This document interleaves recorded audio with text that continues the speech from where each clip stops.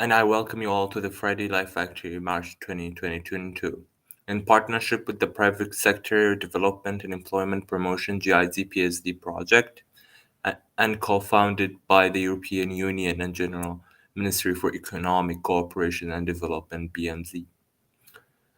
At Iraqi Innovators, we are on a mission to increase women's involvement in the tech center, upskill job seekers, and change the international narrative about Iraq. So, if you are here watching this session, you are now contributing to our mission, and we are extremely delighted to have each one of you. For those who are new here, Philip is a monthly life industry experts about funding, tech, and entrepreneurship scene in Iraq. We discuss key problems and possible solutions with our guests about a topic and open to the audience to ask questions in the last 10 minutes of the chat.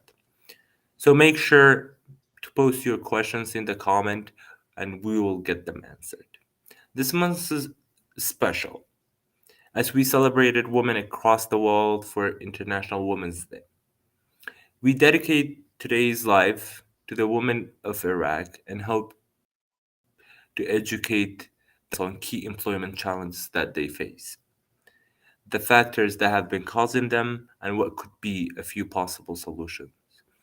With our guest for tonight, Safa Fadhil, Head of Exploration at UNDP Iraq. Welcome, Safa. Thank you. I'm glad to be here. So, if we start off by you telling us a bit about yourself and what is your previous work in Iraq. Sure. First of all, happy Women's Day to everyone, and only hope that maybe this Women's Day will bring more, let's say, economic development, self-development to all women in Iraq. So, to start with, as you said, I'm Safa Fadhil. I work for the UNDP Accelerator Labs in Iraq. We are a network of accelerator labs in more than 91 countries, and Iraq is one of them. So I work here with the Iraq team. My previous work experience actually comes, I've got a very collective work experience from the private sector, public sector, and now within the development sector. So I started my career after I finished my business administration bachelor degree. I started my career as a broker and a financial analyst in one of the biggest, let's say, foreign hedge funds that invest within the Iraqi stock exchange in Iraq. And afterwards, I also became a board member at Baghdad Soft Drinks, the one that makes Pepsi and Aquafina water in Iraq. So I sat on the board of that as well. And honestly, within that time when I was working within the private sector, I was on the side doing some volunteering work, part-time jobs, and consultancy with youth, developing their business plan, developing their finances. And so I was doing this on the side, and I found actually my passion there and supporting these youth and specifically women in becoming entrepreneurs or in self-development or in getting better careers for themselves. And this is when I decided that maybe I want to shift my career path, not necessarily shift, let's say, but take a different approach within the business world and embed it within the development sector. So I did a master's degree in economics and development in the UK. And then when I came back, I started working with UNDP and the Accelerator Labs to build partnerships around local solution to support youth and women specifically in developing their own startups. So yeah, basically this is my brief work journey. That is amazing. Uh, so if we go on to the next question, which is a more of a follow up to what we were just talked about, and you have also touched on it, but I want to talk about it a bit more, is how and why you decided to embark on a professional career. Okay, so maybe So the professional career actually was there. I have a very supportive family that encourage, like, women in this family. They embark on professional careers, specifically within the medical sector or the engineering sector, like most Iraqi families.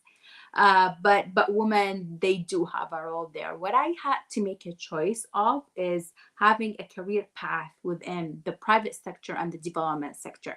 This is the thing that was not really very usual, and this is the thing that I had to, let's say, to really fight for it, because it's like usually women should be in secure jobs, that these jobs, you know, that you will not get hurt, and it's something that's secured, like doctors with the government and all of it.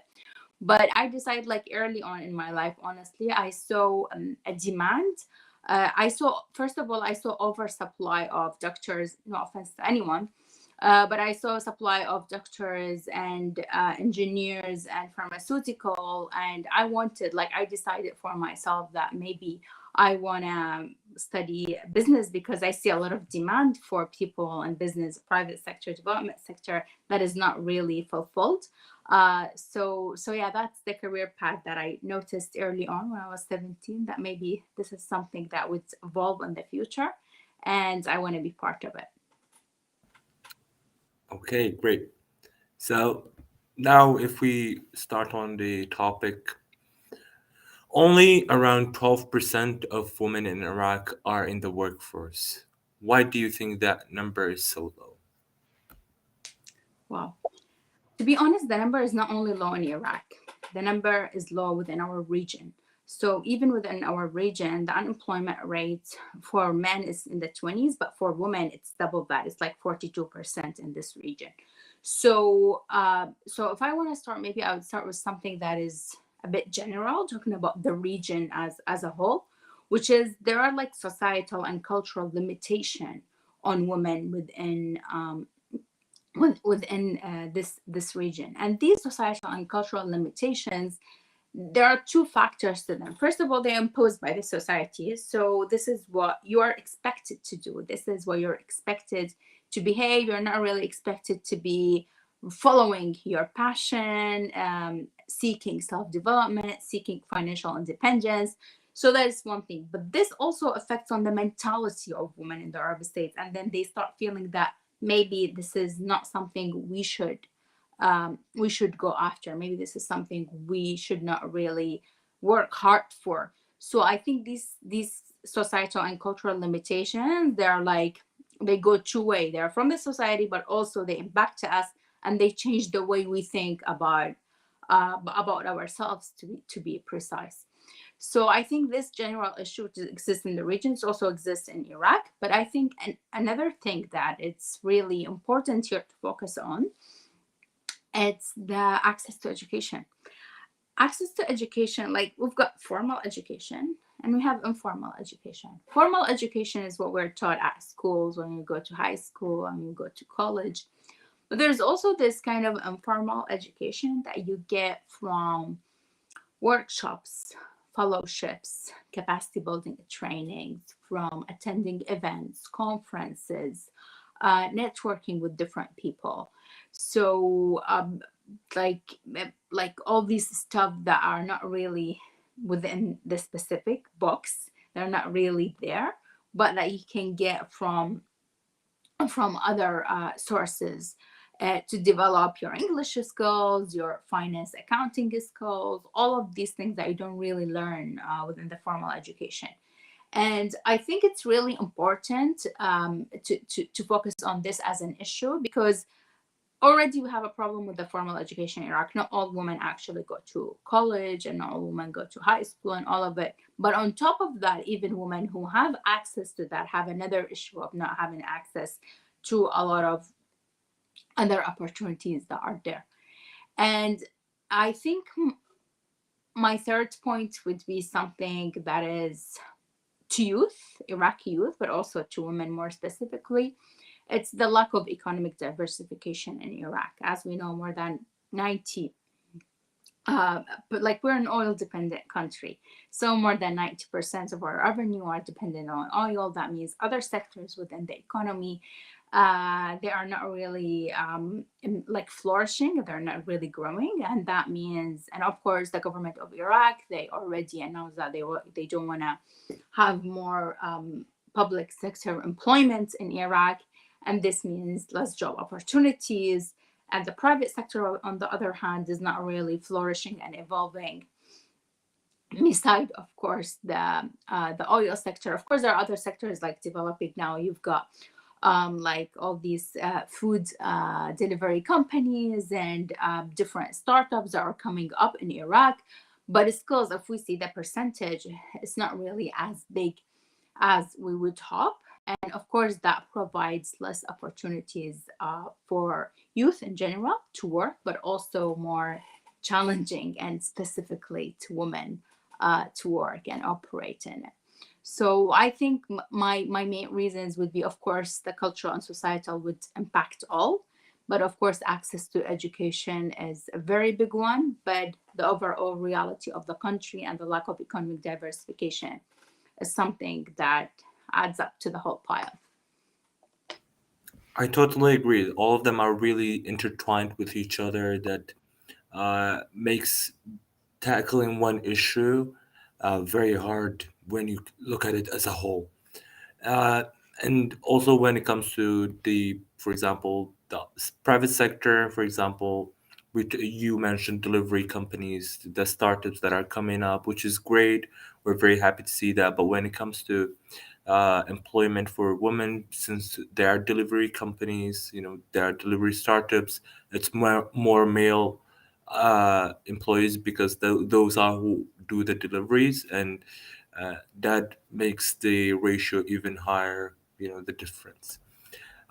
If I can touch on the next question, which is again related to our previous question, is what are the three key challenges or barriers women face to start working? Okay. So maybe we talked about the structural challenges that exist overall in Iraq in the previous section. And this is, I think, it's more of a personal question. So maybe the first point would be a bit personal to me. It's actually this existing stereotype and unconscious bias that women in the workplace, they don't really want to seek self-development. They don't really want to excel. They don't really want to learn. They don't want to be leaders. I think that that's stereotype and unconscious bias that exists within men and women alike. I'm not just saying that it's men or women or anything, but that unconscious bias, and I think it's worldwide, not just in Iraq. But I think we've got, because of the other reasons we mentioned, it's a bit more enhanced in Iraq. And this unconscious bias is it's really big because it makes people it makes women feel that they are not supposed to excel and be leaders, but also men don't really sometimes, not all of times, but sometimes don't really take that seriously. So I think it's not because of anything they did, but it's unconscious and it's something, and it's not within the institution or it's not within the company procedures. Maybe the company procedures just the opposite, encourage women to be active, encourage women to do more, but it's just sometimes this unconscious bias that is that takes on it. Another thing, I guess, it's lack of let's not say lack, but limited number of women and like and in powerful and high positions and managerial positions. Because what we see is that, like, of course, because of all the previous reasons, women are different and women have let's say different communication, different way of looking at things. They already have this unconscious bias by their colleagues but also by themselves. So when seeing some women empowered, this would encourage them actually to do more, and this would empower them that this is an example and we can follow this example. So we also have this challenge in Iraq. Not a lot of not a lot of companies within the private sector are like led by women or have women in very high managerial. Again, we're saying that it exists. There are some women in managerial positions, but not a lot of them, not as many as we would like to see, and not as many as would encourage other women to actually join this and to actually be part of it. And another thing is, it's actually the lack of essential work environment skills, because women and you know this, because women are not really have limited uh, communication with the community, have limited experience. So when they come to the workplace, they don't really have a lot of communication skills or leadership skills, and this impacts their performance within the company, to be honest, because a huge part is how to be professional, how to write good emails, how to portray your point in a better way, how to communicate with your colleagues, how you work in teams. So all of these skills in the 20th century are really important. And it's not only now about what you learned in college or whether you score high. It's more about these personal skills. And a lot of women um, lack these skills. Of course, they pick it very fast and they pick it very quickly. But some of them lack it just because they don't really have that enough exposure. And I think definitely this is another barrier that women face when they start working. Yeah, I totally agree on those. I think one thing also, just on the last point, that a lot of women when they are in a workspace, you know, all just like you said, all their managers are men, and you know, and we're living in a society where sometimes women are, people don't, their family doesn't let them to even talk to men, which this makes it way harder. But nowadays we're seeing startups that is women founded, women led, and we're happy to see those, and hopefully we see more of those in the future. And my next question would be, according to the International Labor Organization, women tend to be overrepresented in occupations perceived as unskilled. For example, in caregiving roles. How can we tackle this? Okay, so maybe start with how we can. Um, First, we need to have women tailored programs. We need to have programs that really focus on women, because all like we cannot just turn our heads to all the challenges we've addressed a bit before. So the challenges that exist within the region, the countries that exist within the country, and also the challenges that exist when you actually start working. So that's a serious, it's a very complex issue. And this complex issue actually requires different levels of intervention. One of them is having women focused and tailored a program. So we've got specific programs to support women, both their capacities in terms of communication and leadership skills, in terms of finance, accounting skills, in terms of like computer and digital skills. So we should not really just have it as something that's overall, and these are the capacity building trainings and let's apply for women. No, it should be more something that's more tailored. And some actually co-working spaces and some actually incubations in Iraq started actually doing that and having something very specific on women. And one of the things actually we did at the UNDP and Iraqi Innovators participated in is that last year we had the Women Innovators program. It's this 2 months of mentorship. It's specified for women-led digital startups in Iraq. And Iraqi Innovators participated last year. And according to what you guys said, this was a very good experience for you to have more specific mentorship about your startup and who you can actually develop it and enhance it. For anyone who wants to apply, the applications for this year are already open. You can just Google it. And and also not only have these women tailored programs like the example I told you about, but also portray them as success stories. And this what actually also happened with Iraqi Innovators. Um, your co-founder went to Barcelona for the Mobile World Conference, and they talked about the startup and they talked about the mentorship and how it supported them. So we need this tailored attention to women and to women startups and their entrepreneurial enterprises. So I think this is something that's really big. The other thing is that I think we need more access to women to the private sector. uh, it's hard within all the limitations, and I think he mentioned a lot even more limitations than the one I mentioned that women face in our country. So, and this deprives them actually from having access to private sector companies.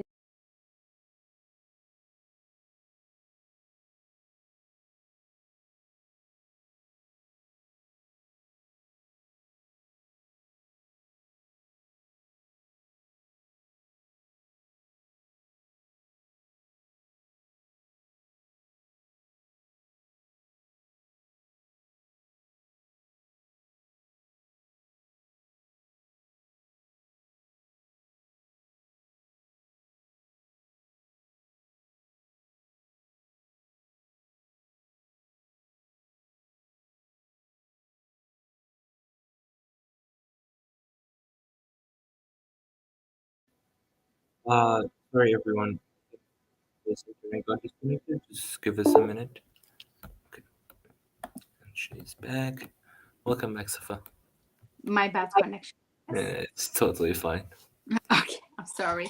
I Yes. don't know when did it cut off. So, did it cut off just now, or it took Uh, a while?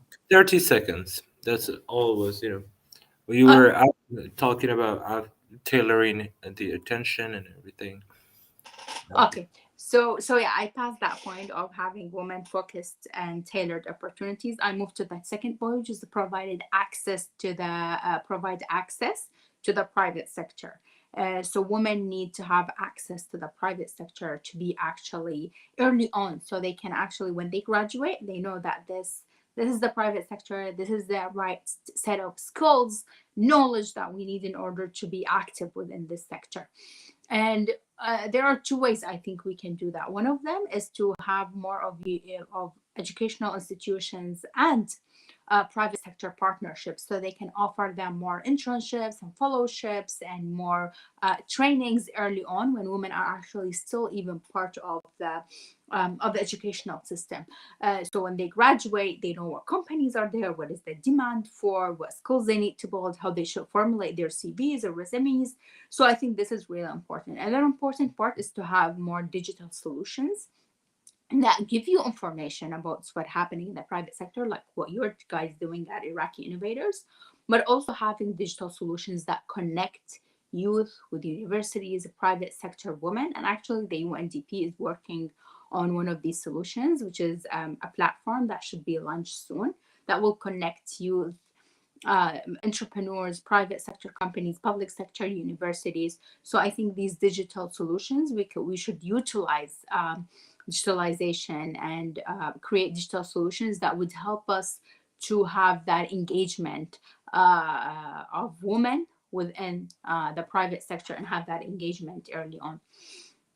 And also I think it's we need to, so we talked about having women tailored opportunities and how we can build their professional skills and knowledge. We also talked about having access to the private sector, but I think really important is to focus on building personal skills, because communication skills and leadership skills and teamwork skills are really important in the workplace. Something that we really need to focus on. And I think it's very important to also focus on building that for Iraqi women. I agree totally. And also, I personally have always thought one of the biggest issues we have, not just in women employment challenges, but mainly in Iraq, is the lack of communication between the youth and private sector and, the government. And what UNDP doing is a very important thing that it tackles a big issue, and uh, we're excited to see what's gonna happen. If I go on, my next question is, when a woman does have a job, we talked about them, how when they start, what are the issues, but let's say when they do have a job, there are reports of issues when working with male colleagues. For example, they are not taken seriously or listened to. How can we as coworkers better create a work environment for women to thrive? This is actually a hard question to answer, because I believe we as women, when we see another woman in the workplace, we try to support. But I think one point that maybe I can focus on is keeping in our mind that this the unconscious bias and the stereotype we talked about earlier, that it exists. And when we are judging a woman, or we are interviewing a woman, or we are receiving some work from women, we should always keep that in mind, that we might have this bias in our heads. And once we can eliminate that from our own thinking, we can take women more seriously, and we can support women more. So I think this is the big thing that I would actually focus on. But also, if companies have more specific, and as we said, tailored inductions for women, so women actually feel safer to ask questions and to be part of the work environment. Because usually, not usual, let's say sometimes women are shy when like in the workplace there's like a lot of men, so they are shy and they don't really like, when the induction or the onboarding, what they call it, they don't really ask all the questions, or they don't really follow up with everything. So maybe having, let's say, some parts within that are more woman focused, and allow them to empathize with women, understand where they're coming from, their needs and their aspiration. I think that would be very important to even put them in the right team, or put them in the right department, I guess. So yeah, having that unconscious bias there, and recognizing that it actually exists, but also doing something about it to make women more comfortable and safe in the workplace. Yeah, uh, that is really important. And if we work on the unconscious bias, or the misogyny thinking that we have, it's gonna make a very big difference. We talked about how we as coworkers can help. Well, what can employers do to encourage more women applicants? Okay. Um, I think the most important thing is the company identity. It's how they present the company to the outside world. I'm not only talking about the mission and vision, which is less communicated to the outside world, but it's more communicated inside the company. But I'm talking about how they position themselves on their advertisements, on their social media. I think it's really important, because us as women, when we go on, like when we want to apply to a company and we go online and we see this company and we see pictures, or we see posts and articles, we look for women there. We look for women in these pictures. We look for women writing articles or writing posts.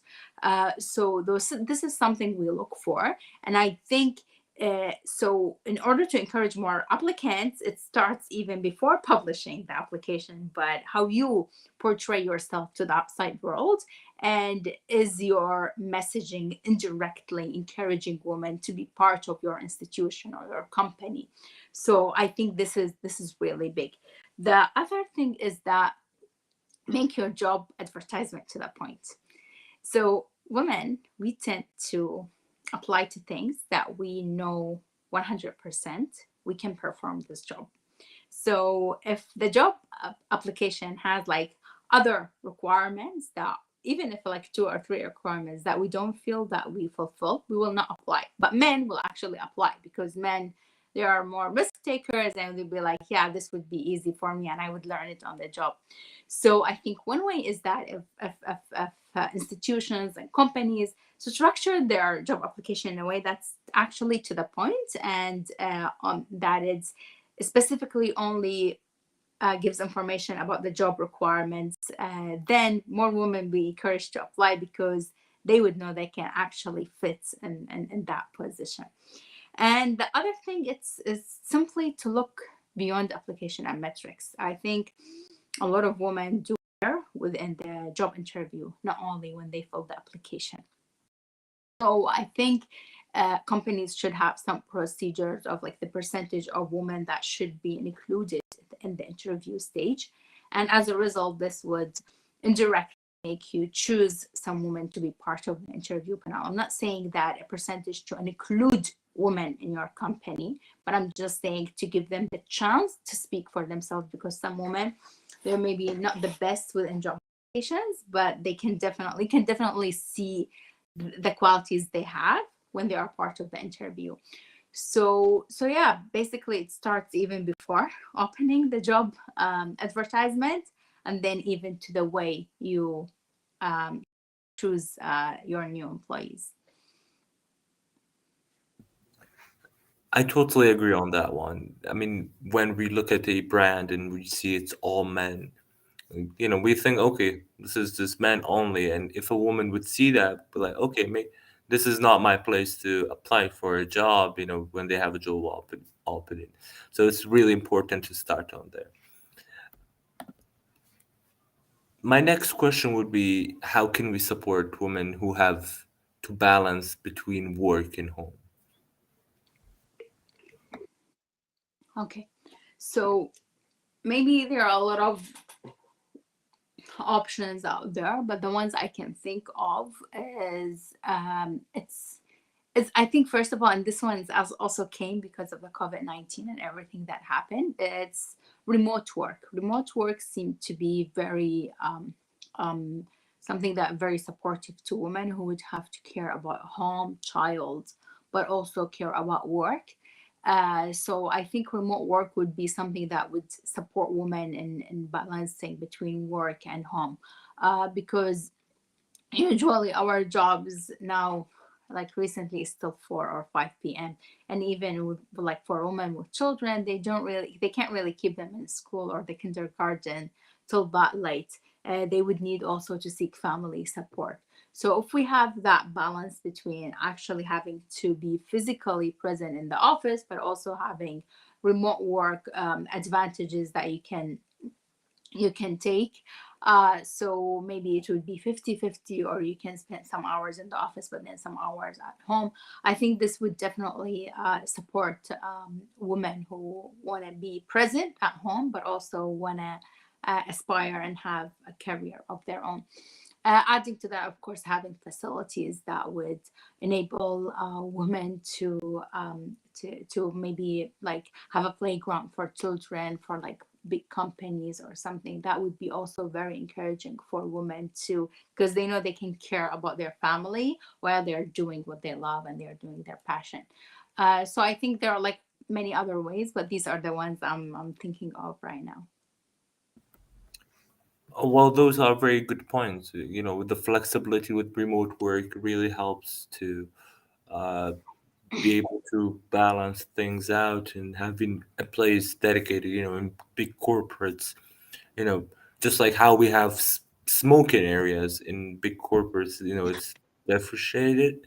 We could have a place also for playgrounds for kids that will, be really good for those who have to balance between them. Safa, my last question would be, for women who are looking to embark on a career, what advice would you give them? I think I'll give them the advice I gave myself when I started scratching my career path. It's that basically it's really important for us as women to actually get comfortable with being uncomfortable. This is a quote I heard back then and it stuck with me. Because We need to get comfortable to be out of our comfort zone, get comfortable with having challenges, get comfortable with failing, with risking things. I think it's really important to be comfortable with taking risks, because unless you do all of that, you won't really be able to thrive, to develop, to amount to something in the society, to be financially independent. So, and it's, this burden is more on us as women, because we've already got our comfort zone drawn for us. It's, it's there, it's very specific, it's drawn by the society and our brains. But if we get comfortable with stepping out of this comfort zone and with taking the risk, I think this is the thing that it's really important. And once we have that in our heads, we would be able to take risky jobs. Not, what I'm saying is not like risky jobs, but I'm saying that it's more of like taking risk with our career path, exploring new career paths and new things, even within our jobs. Try to excel, do something. We don't just stick with our tasks and what's given to us.